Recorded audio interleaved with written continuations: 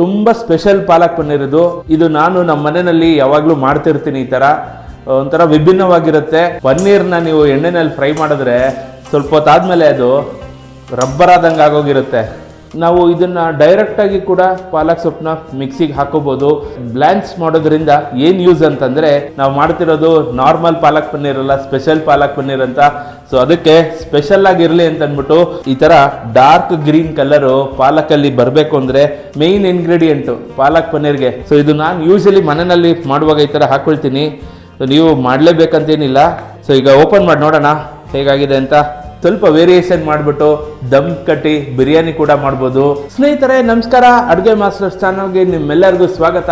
ನಾನು ನಿಮ್ಮ ಮನೆ ಮಗ ಶ್ರೀಕಾಂತ್. ಇವತ್ತು ನಾನು ನಿಮಗೆ ಯಾವುದೇ ರೀತಿ ಹೋಟೆಲಲ್ಲಾಗಲಿ ಮದುವೆ ಮನೆಗಳಲ್ಲಾಗಲಿ ಸಿಗದೇ ಇರೋವಂಥ ಪಾಲಕ್ ಪನ್ನೀರ್ ನಾವು ಮನೆಯಲ್ಲಿ ಹೇಗೆ ಮಾಡ್ಕೋಬೋದು ಅನ್ನೋದನ್ನ ತೋರಿಸೋದಕ್ಕೆ ಬಂದಿದ್ದೀನಿ.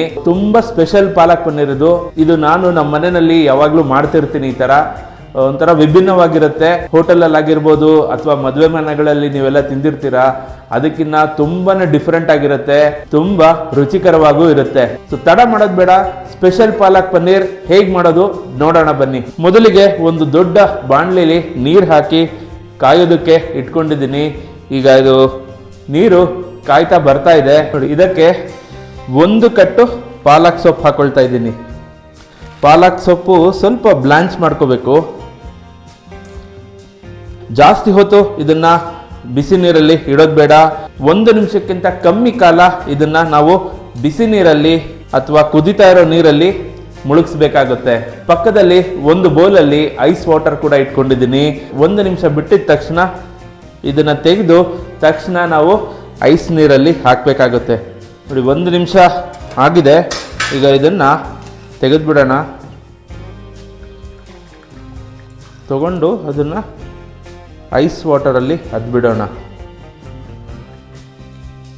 ಬಿಸಿ ನೀರಿಂದ ತೆಗೆದಿದ ತಕ್ಷಣ ಅದನ್ನು ಐಸ್ ವಾಟರ್ಗೆ ಹಾಕಬೇಕು. ಐಸ್ ವಾಟರ್ನಲ್ಲೂ ಅದನ್ನು ಜಾಸ್ತಿ ಹೊತ್ತು ಬಿಡೋಂಗಿಲ್ಲ. ಅದು ಸ್ವಲ್ಪ ಟೆಂಪರೇಚರ್ ಕಮ್ಮಿ ಆಗೋವರೆಗೂ ಇಡಬೇಕಷ್ಟೇನೆ. ಸ್ನೇಹಿತರೆ, ಬಿಸಿ ನೀರಿಂದ ತೆಗೆದು ಐಸ್ ವಾಟರ್ಗೆ ಹಾಕಿ ತುಂಬ ಹೊತ್ತು ಕೂಡ ಬಿಡಬಾರ್ದು. ಅದು ತಣ್ಣಗಾಗಲಿ ಸ್ವಲ್ಪ ಅಂತ ಮಾತ್ರ ಬಿಡಬೇಕು. ಈಗ ಇದರಲ್ಲಿ ಎಕ್ಸ್ಟ್ರಾ ನೀರು ಏನಿರುತ್ತಲ್ಲ ಅದನ್ನು ಇಲ್ಲೇ ಬಿಟ್ಬಿಡೋಣ.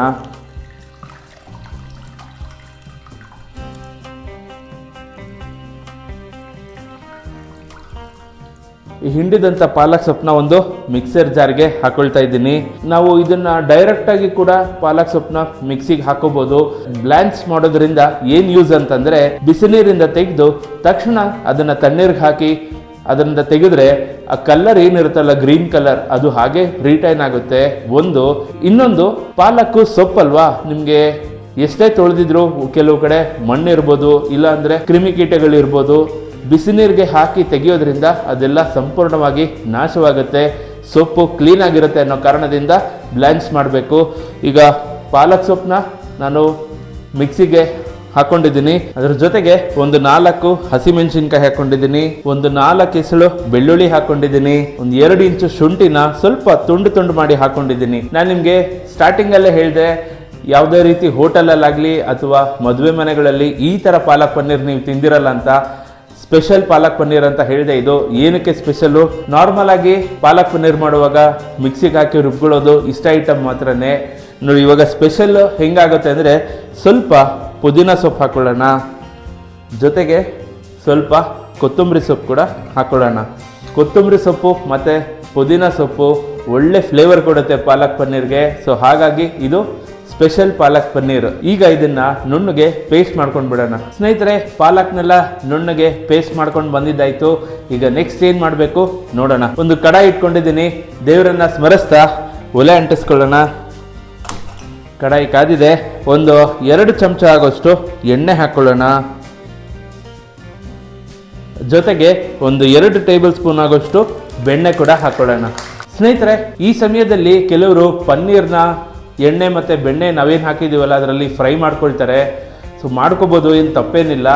ಮಾಡಿಕೊಂಡ್ರೆ ಏನಾಗುತ್ತೆ ಅಂದರೆ, ಅದು ನಿಮಗೆ ಪನ್ನೀರು ಎಣ್ಣೆ ಜೊತೆ ಎಲ್ಲ ಫ್ರೈ ಆದಾಗ ಬ್ರೌನ್ ಕಲರ್ ಆಗಿ ಟೆಕ್ಸ್ಚರ್ ತುಂಬ ಚೆನ್ನಾಗಿ ಬರುತ್ತೆ.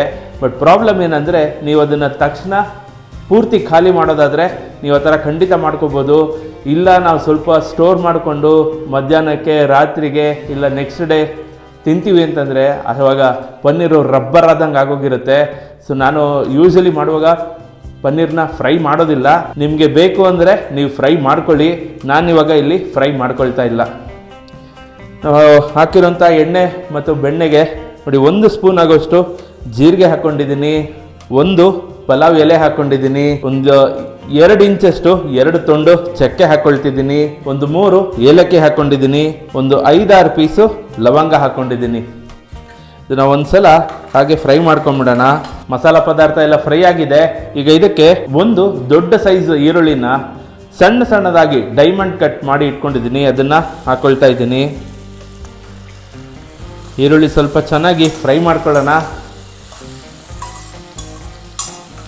ಈರುಳ್ಳಿ ಒಂದು ಅರ್ಧ ಫ್ರೈ ಆಗಿದೆ. ಈಗ ಇದಕ್ಕೆ 1 ಸ್ಪೂನ್ ಆಗೋಷ್ಟು ಶುಂಠಿ ಬೆಳ್ಳುಳ್ಳಿ ಪೇಸ್ಟ್ ಹಾಕ್ಕೊಳ್ತಿದ್ದೀನಿ. ಶುಂಠಿ ಬೆಳ್ಳುಳ್ಳಿ ಪೇಸ್ಟು ಹಸಿ ವಾಸನೆ ಹೋಗೋವರೆಗೂ ಸ್ವಲ್ಪ ಫ್ರೈ ಮಾಡ್ಕೊಳ್ಳೋಣ.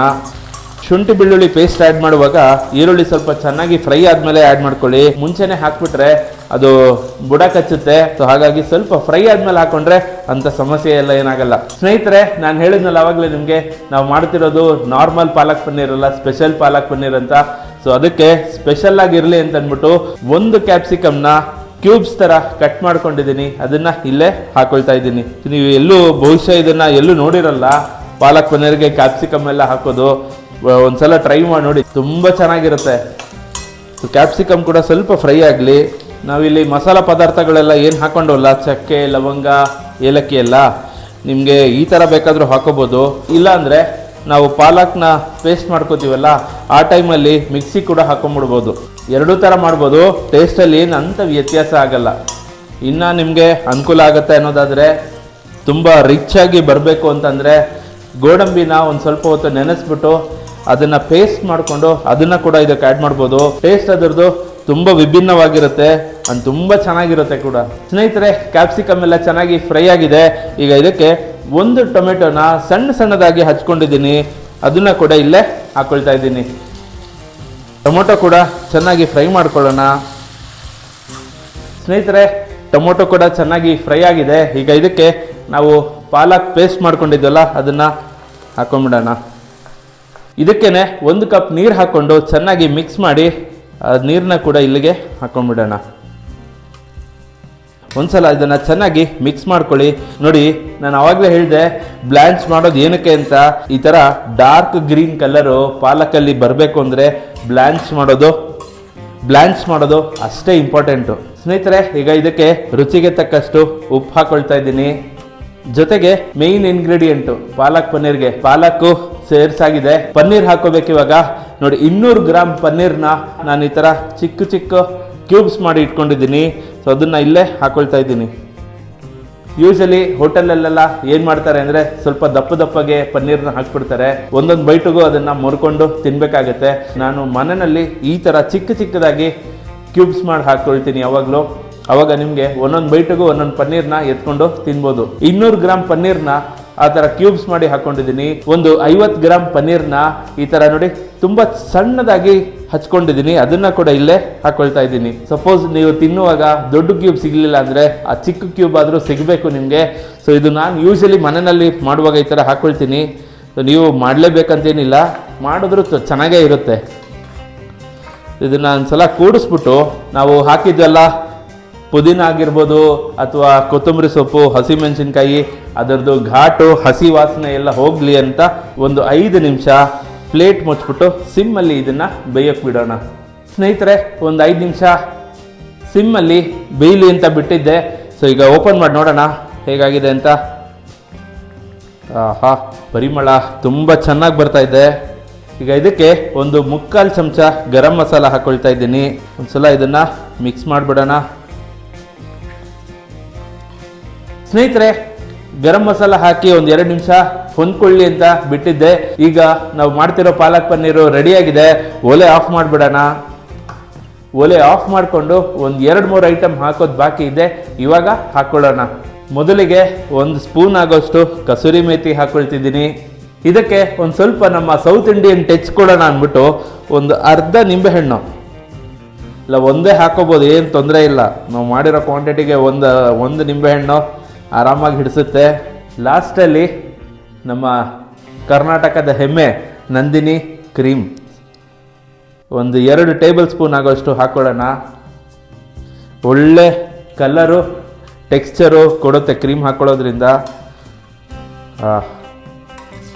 ನೋಡಿ, ನಾವು ಮಾಡ್ತಿದ್ದಂಥ ಸ್ಪೆಷಲ್ ಪಾಲಕ್ ಪನ್ನೀರ್ ರೆಡಿ. ಇದನ್ನು ನೀವು ರೋಟಿ ಜೊತೆ ತಿನ್ಬೋದು, ಕುಲ್ಚಾ ಜೊತೆ ತಿನ್ಬೋದು, ನಾನ್ ಜೊತೆ ತಿನ್ಬೋದು, ಪೂರಿ ಜೊತೆ ತಿನ್ಬೋದು, ಚಪಾತಿ ಜೊತೆ ತಿನ್ಬೋದು, ಅನ್ನಕ್ಕೂ ಕೂಡ ಹಾಕ್ಕೊಂಡು ಕಲಿಸ್ಕೋಬೋದು. ಇದರಲ್ಲಿ ಸ್ವಲ್ಪ ವೇರಿಯೇಷನ್ ಮಾಡಿಬಿಟ್ಟು ದಮ್ ಕಟ್ಟಿ ಬಿರಿಯಾನಿ ಕೂಡ ಮಾಡ್ಬೋದು. ಮುಂದಿನ ದಿನಗಳಲ್ಲಿ ಅದನ್ನು ನಿಮಗೆ ತೋರಿಸ್ಕೊಡ್ತೀನಿ ಹೇಗೆ ಮಾಡೋದಂತ. ಈಗ ನಾವು ಮಾಡ್ತಿದ್ದಂಥ ಸ್ಪೆಷಲ್ ಪಾಲಕ್ ಪನ್ನೀರ್ ರೆಡಿಯಾಗಿದೆ. ಒಂದ್ಸಲ ಇದನ್ನು ಟೇಸ್ಟ್ ನೋಡ್ಬಿಡೋಣ. ಸ್ನೇಹಿತರೆ, ಒಂದು ತಂದೂರಿ ಬಟರ್ ರೋಟಿ ಇಟ್ಕೊಂಡಿದ್ದೀನಿ. ಪಾಲಕ್ ಪನ್ನೀರ್ನ ಟೇಸ್ಟ್ ಮಾಡೋಣ ಅಂತ ಅಂದ್ಬಿಟ್ಟು ಈಗ ಪಾಲಕ್ ಪನ್ನೀರ್ನ ತಟ್ಟೆಗೆ ಹಾಕ್ಕೊಳ್ಳೋಣ. ನೋಡಿ, ನಾನು ನಿಮಗೆ ಮಾಡುವಾಗ ಹೇಳಿದೆ ಚಿಕ್ಕ ಚಿಕ್ಕದಾಗಿ ಕ್ಯೂಬ್ಸ್ ಮಾಡಿದ್ರೆ ನಿಮಗೆ ಪ್ರತಿಯೊಂದೊಂದು ಬೈಟಲ್ಲೂ ಸಿಗುತ್ತೆ ಅಂತ. ಸೊ ಇಲ್ಲಿ ನೋಡ್ತಿರ್ಬೋದು ನೀವು ಎಷ್ಟು ಪನ್ನೀರ್ ಪೀಸಸ್ಗಳು ಬಂದಿದೆ. ಪ್ರತಿಯೊಂದೊಂದು ಬೈಟ್ಗೂ ಒಂದೊಂದು ಪನ್ನೀರ್ ಪೀಸಸ್ ನಿಮಗೆ ಸಿಗುತ್ತೆ. ಮೊದಲಿಗೆ ಬರೀ ಪಾಲಕ್ ಪನ್ನೀರ್ನ ಒಂದ್ಸಲ ಟೇಸ್ಟ್ ನೋಡ್ಬಿಡೋಣ.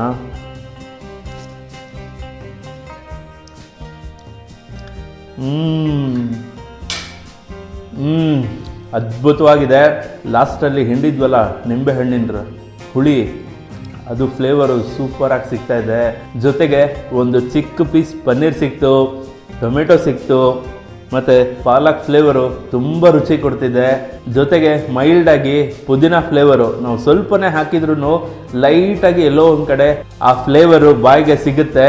ಬರೀ ಪನ್ನೀರ್ನ ಒಂದ್ಸಲ ತಿನ್ನೋಣ ಇರಿ. ಫುಲ್ ಸಾಫ್ಟಾಗಿ ಹೋಗಿದೆ ಪನ್ನೀರು. ನಾವು ಹಾಕಿರೋಂಥ ಮಸಾಲೆ ಫ್ಲೇವರ್ಗಳೆಲ್ಲ ಪನ್ನೀರಲ್ಲಿ ಸೇರ್ಕೊಂಡ್ಬಿಟ್ಟಿದೆ. ತುಂಬ ಚೆನ್ನಾಗಿದೆ ಪನ್ನೀರ್ ಟೆಕ್ಸ್ಚರ್ ಮಾತ್ರ. ಸೊ ಈಗ ಅದನ್ನು ಒಂದ್ಸಲ ನಾವು ರೋಟಿ ಜೊತೆ ತಿನ್ನೋಡ್ಬಿಡೋಣ. ನೋಡಿ,